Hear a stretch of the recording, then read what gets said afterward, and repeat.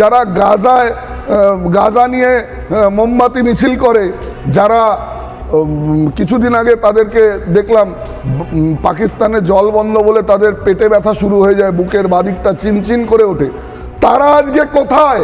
তাদেরকে একটা শব্দ খরচা করতে দেখলাম না।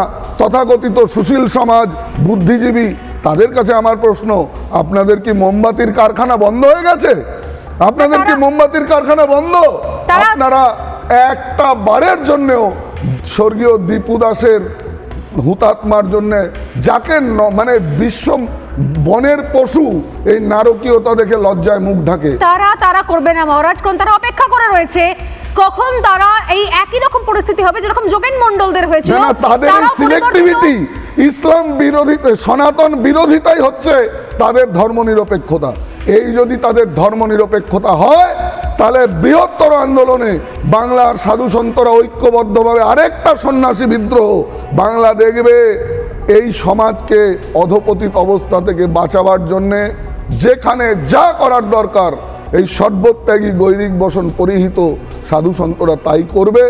এই বাংলাকে বাংলাদেশ হতে দেব না আমরা। একদম।